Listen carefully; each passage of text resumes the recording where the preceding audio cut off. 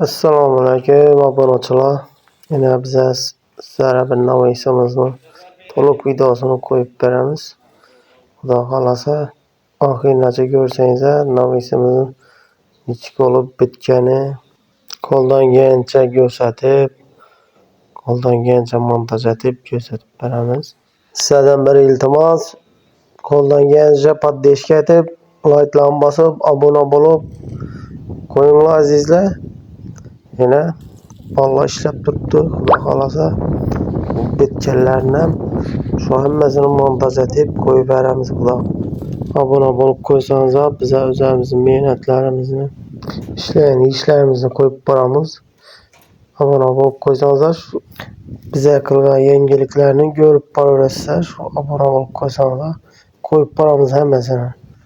Bu namoyishimizni Bag'atning sentrina qo'yib berdik.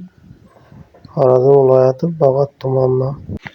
Ağamız ko'p bo'ldi, niyat etib yurgan ekan, shunday namoyish qildiraman. Kim shunday namoyishlar niyat etib yurgan bo'lsa, Xudoyim o'zi niyatini yetirsin. Ağamni niyati amalga oshdi.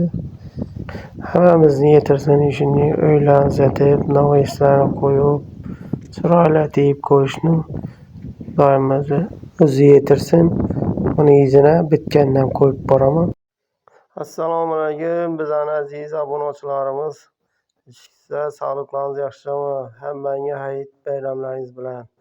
Yana avvaldan qo'yib ketgan namoyishlarimizni bitgan holatlarni qo'yib ketadi deb sizlarga ilindik. Qo'ldan kelgancha podpishka etib, bizani qo'llab-quvvatlang. Qo'llab-quvvatlasanglar, bundan ham zo'r namoyish ayna eshiklarni qo'yib, hammasini ideal holatlarida qo'yib boramiz.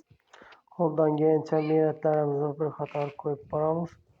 Like'larni bosib, obuna bo'lib qo'yamiz. Obuna bo'lib qo'ysangiz, Xudo xolasa, bundan ham zo'r namoyish, darvoza, eshik, oyna hammasini qo'yib boramiz. Azizlar, sizlardan iltimos, shu 3000-4000 odam ko'rib turibdidan 5 dona like, 6 dona like bo'lib turibdi. Qo'ldan kelgancha like bosamiz, qo'llab-quvvatlaymiz.